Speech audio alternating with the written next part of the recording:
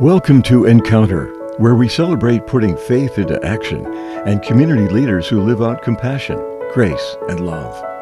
We're a program of the Broome County Council of Churches that addresses food insecurity through CHOW and the Greater Good Grocery, provides hospital and jail ministry, builds wheelchair ramps, and assists neighbors with transportation and shopping services through Faith in Action volunteers. We invite you to the conversation.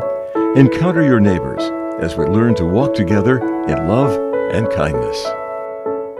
Good morning, welcome to Encounter. I'm your host today, Joe Sellepack. I'm the Executive Director at the Broome County Council of Churches.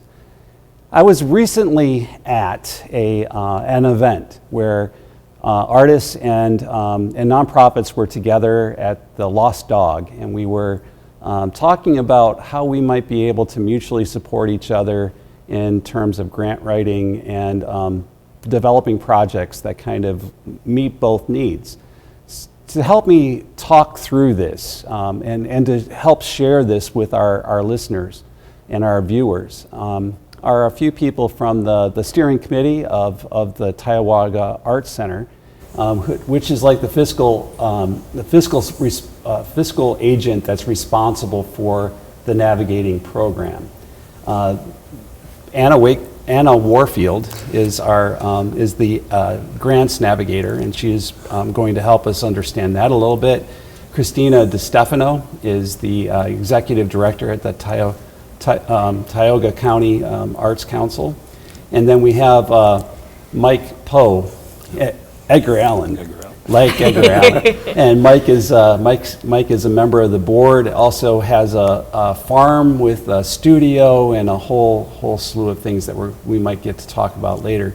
But let's start off by talking a little bit about this Navigating program and why we were there at the Lost Dog, because it was a great interaction that the artists and the nonprofits had together. But what ultimately would you consider to be the goal of it, and how and what are some of the projects that you hope come from this? Yeah, absolutely. So Artist Grant Navigator was kind of like a brainchild that I trusted to kind of articulate to you, Christina, back in like January or February of this year. That was officially funded by the officially funded by the Community Foundation for South Central New York in May. And so we've been working since May to both educate artists about grant opportunities that are accessible to them, with a pretty strict focus on NISCA grants and statewide community re-grants, and in Broome and Tioga counties. And what we're doing in terms of educating artists and building community simultaneously is helping artists to put in those grants and understand the language that like comes with the granting world. So part of what you were involved with was one pillar of this thing is like helping artists to bridge the gap, artists and nonprofits to bridge the gap to each other, to build projects in tandem. So building relationships before a grant deadline is around the corner is so important to like a healthy granting ecosystem. We want people in general across the board, whether it's in nonprofit spaces or as artists, to have a good positive experience when it comes to grant writing, so that hopefully in the future they do it again and they try it again, and they have relationships that they can tap into and build on when the right partner is emerging, so that they can actually execute a powerful project. Now some of these, so the artists that are a part of this, it's a pretty broad category, right? Mm-hmm. So art is one of those things that we kind of like put over a whole slew of things, whether it be a visual or performing or music or any number of other kinds, categories that kind of come from that. But when you're thinking about these projects, what is what kind of projects are you looking at, and what do you hope to really transpire from that? Yeah, so Artist Grant Navigation is geared towards the arts in general. I'm working with Tioga Arts Council, who taps into all different backgrounds and types of the arts, all of them. So I've been fortunate enough to have conversations with visual artists, but kind of actually a healthy split between mediums. So we have time-based performance mediums, we have literary artists engaging, we have composers and people working with their voice as an instrument. We have actors in the room that you were in that night as well, sculptors, metal workers. So a bit of craft as well, people that are experts in a specific medium and the execution of that thing. So a really good split. And what is really important to me is that all of these spaces understand that their medium can access these things as well, that there are grants out there that can support projects that center whatever their art form is and can help to elevate it. Yeah. So Christina, this started off as a conversation between you and Anna, and that was it's obvious to me that well, maybe for our listeners, maybe they need to know a little bit about what an arts council is and what it does, and then express why this is important to your organization. Sure. So I'm the executive director at the Tioga Arts Council, and we're the central platform for the arts in Tioga County, which is a primarily smaller rural county. And over the years, we've kind of honed in on 3 values that guide all the work that we do. It's to serve the arts, to serve through the arts, and to make the arts as accessible as possible. So when Anna approached me with, I know Anna very well. She's not only a wonderful artist in many media, but she also represents entrepreneurship, artist citizenship, where it's about as much as receiving accolades for your art, but then giving back to your community through art. And so when she approached me with this Artist Grant Navigator concept, it was like a light bulb went off. Right. She showed me, we had a conversation about it. She showed me data about grants that and that go through the area, and I was aware of statewide grants and how many are not coming to Broome and Tioga counties, but are going other places, and sometimes $10,000 per artist. So for us, when our mission is to serve artists, that means to give them opportunities to show their work, to connect with the public, and to get them paid for their work. Mm-hmm. So when she approached me with this and said, I will offer my expertise to guide artists who have the talent, have the vision, but maybe don't have the resources, and help them connect it. And I was so excited when she offered to do that, because it was perfect, and it was such a need that she identified that we were so happy to support, and it aligned with our programs, our mission, our values, which are so important, and it guides what we do. So, well, thank you, Christina. So, I want to ask Mike a question. So, when you're thinking about art and its importance to a community in general, right. What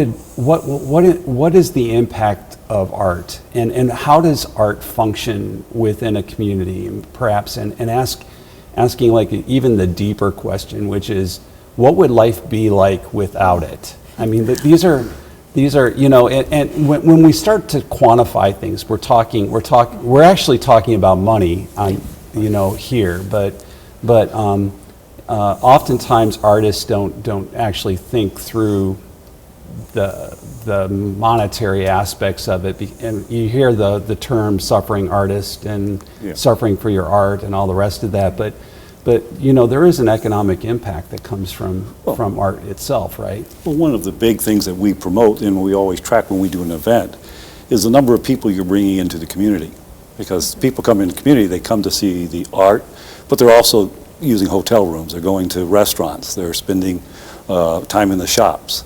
And so from that standpoint, and as the treasurer of the Arts Council, I'm always saying dollar signs. But it's that piece that brings people in, and that gets certain aspects of the community behind you. Mm-hmm. But when you talk about what it brings in terms of, the enthusiasm, the actual value, the culture.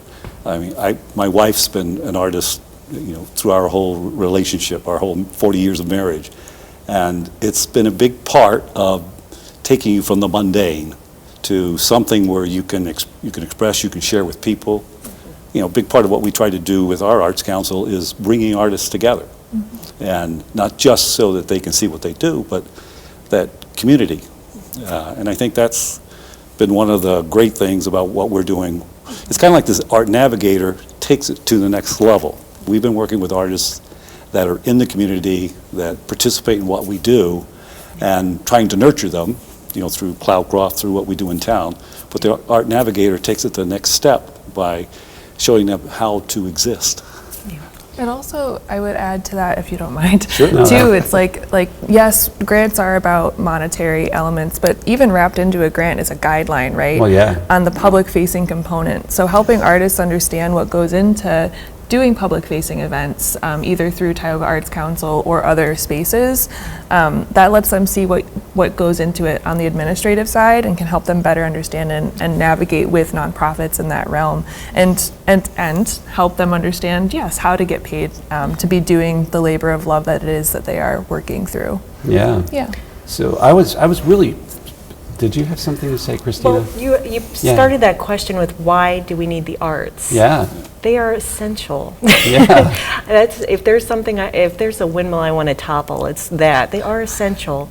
It's not the same as putting food in someone's stomach, but it nourishes the soul, and I don't mean to sound so crazy with that, but there is some power to it where it creates connections, it creates meaning, it allows space for conversation and dialogue when maybe there's no other way.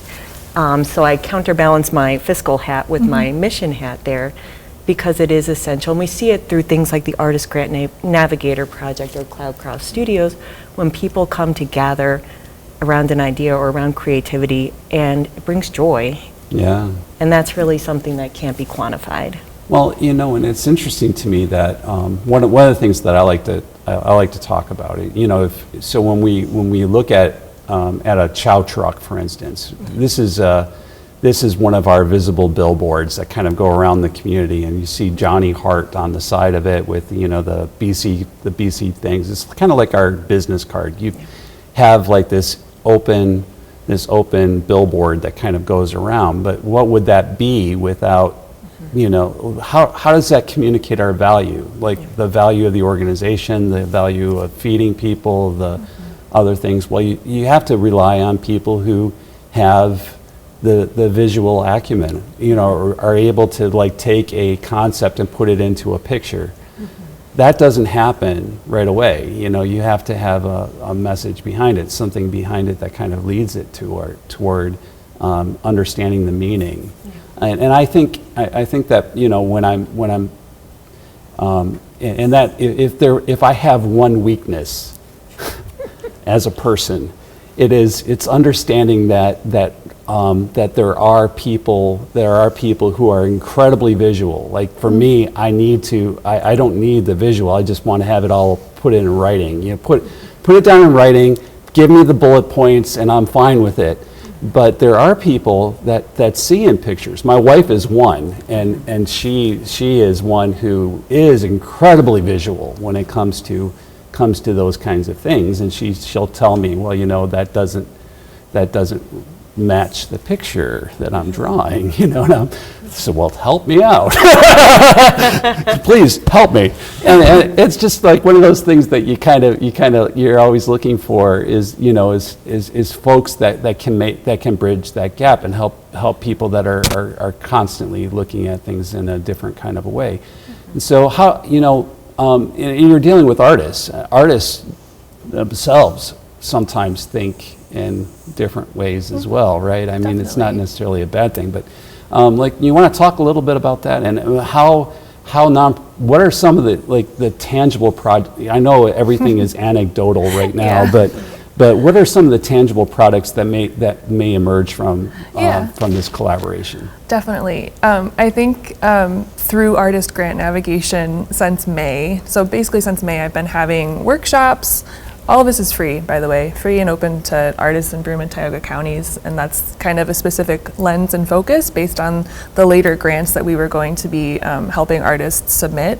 And so since May, I've been doing workshops and office hours that either are catered towards a specific aspect of an arts practice that later feeds into a grant, like writing about themselves, writing about the work, writing about a project, or just grant writing basics, like what are the terms that go into grant jargon that you need to understand so that you can pick it apart. I could help with that. So if you ever need any help with it, I can definitely do that. But please go on. And it's interesting because it is very true. Yes, there is like sort of an archetype that is the artist, and most artists that I've been working with do seem to fit into that sort of caricature of the artist, where they want people to understand their work, but they want them to do the labor for that thing. So part of grant writing is this delicate balance of helping artists understand that actually it's going to be easier for you in the long run if you can make it easy for the panel to understand what you are doing.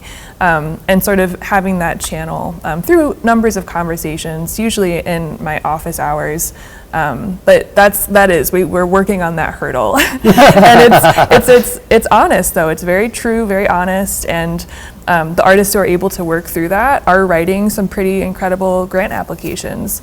So we put in, back in July, Tioga Arts Council fiscally sponsored, I think, 3 NISCA grants, which was incredibly generous for artists in Broome and Tioga area. And the works that they were putting through are related to their own practice, but essentially we had a photographer, we had a painter, someone, well, I guess she didn't actually put it through just yet, we're going to do it next year, but a performance artist as well. Just a split of mediums. And what happens with those projects is we won't actually know if they're funded until the December timeline, so in a month from now, and then we'll know in 2025 that X, Y, and Z project are going to actually be supported by New York State.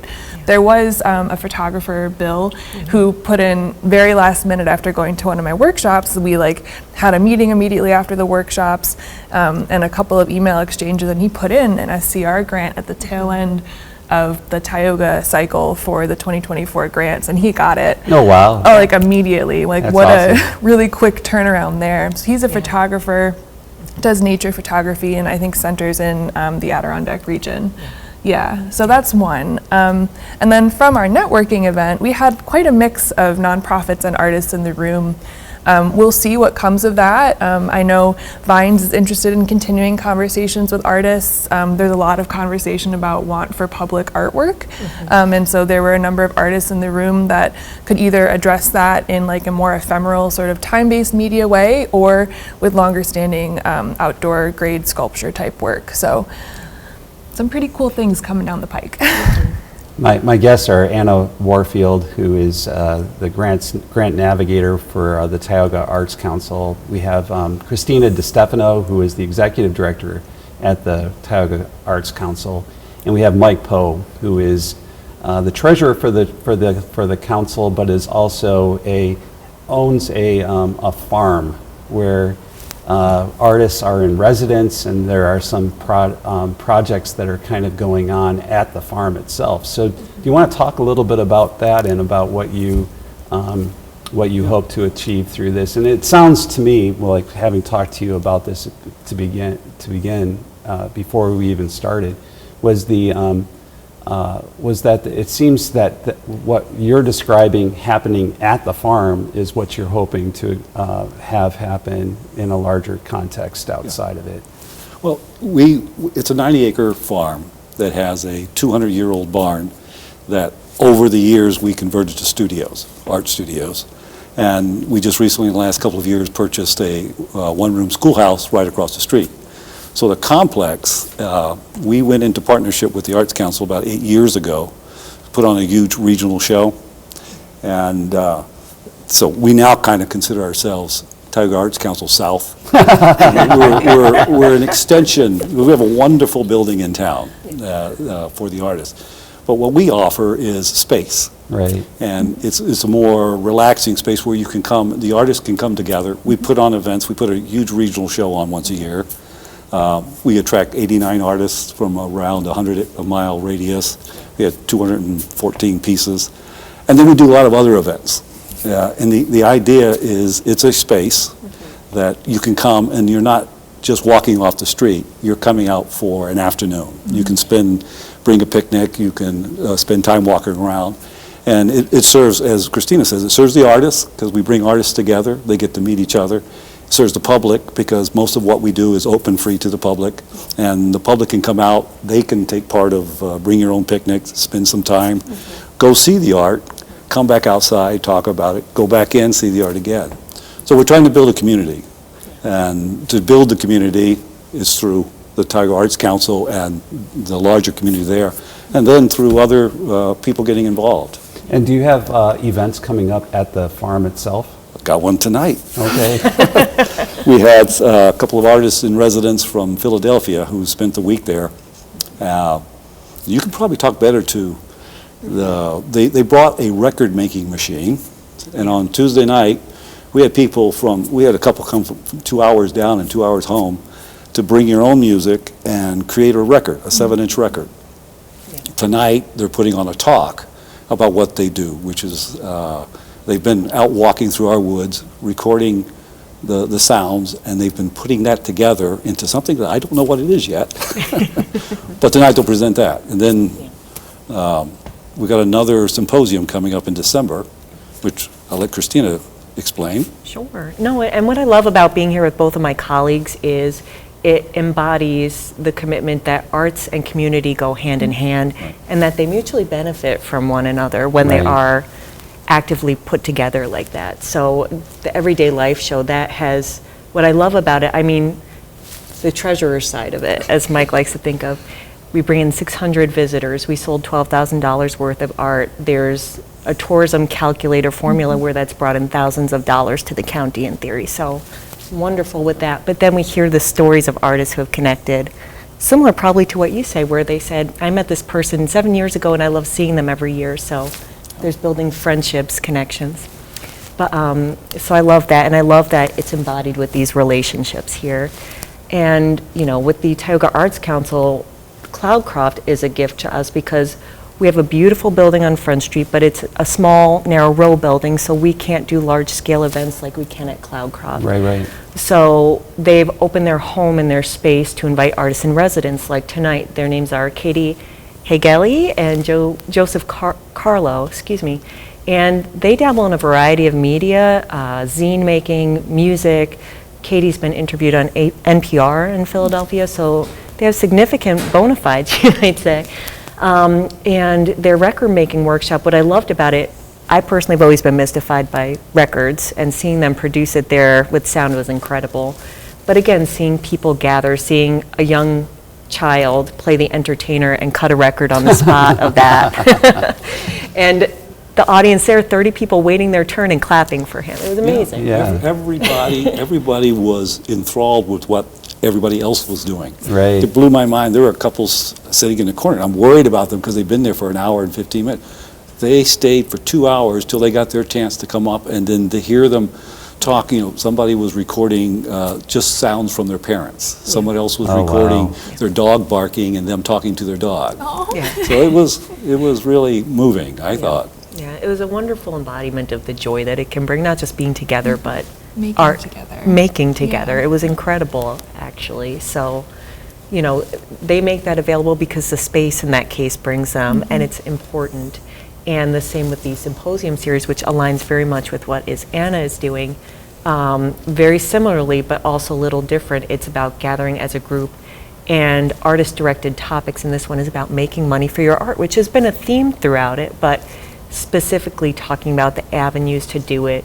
Anna being one of them, about talking about grants there, and just helping artists who are very smart but maybe necessarily haven't been trained to think about their art as a form of entrepreneurship. So it's a wonderful series in that, where it's just shifting mindsets and making relationships. Is there a date yet for that workshop? Tentatively December 10th, Tuesday. Yes, thank you. And so we have a lot of great events coming up. And where will that workshop take place? That will be at Croft Studios Schoolhouse. All right, and what is the address for that? 1003 Sanford Road. 1003 Sanford Road? Yep, it's just 3 miles south of Owego. You just go up the hill and up the hill and up the hill. All right. It's beautiful. It really is. If you haven't been there, it's very much worth the journey to the top of the hill. And one thing I'll add is that Christina says how kind we are because we donate this spot. But there's the recipient side of it. Is my wife once told me, if we're going to stay here, there's got to be a purpose. Right. And this is a purpose. We get as much back, meeting people, I was just, for 30 years I sat up there, I didn't even know where Endicott was. Now I know people. Yeah. And you know people from Endicott. So, the Tioga Arts Council is a nonprofit. So as a result of being a nonprofit, it kind of bridges the gap between the artists and the community, and also you help raise money, I would imagine. So what are some ways that people can help you as far as that's concerned? Because I am amazed at how many people think, well, doesn't the government pay for all of this? when you come back and you say, well, no, we have to actually raise money. We have to be concerned about as a treasurer, you have to be concerned about the money that takes to turn on the lights and pay the staff and do all the rest of that kind of thing.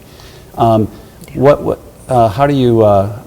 are some things? How can the community help you? Yeah. Well, Joe, first of all, I appreciate the question, because people think you're a charity, so you do it out of the goodness of your heart, which is part of it, but there are, like you said, light bills to pay. So the ways that you can support us are first joining the organization. Just even for $25 a year, that shows a financial commitment, and you might say a philosophical commitment that you like what we do, you want to see us here, and you want to give that to us. That's the first thing. We also, it's the end of the year, so we'll have an annual appeal. We also have a major fundraiser coming up. If you are a Fleetwood Mac fan, I'll be there. Yes. Joe and his wife Shelley bought tickets. I'm so grateful for that.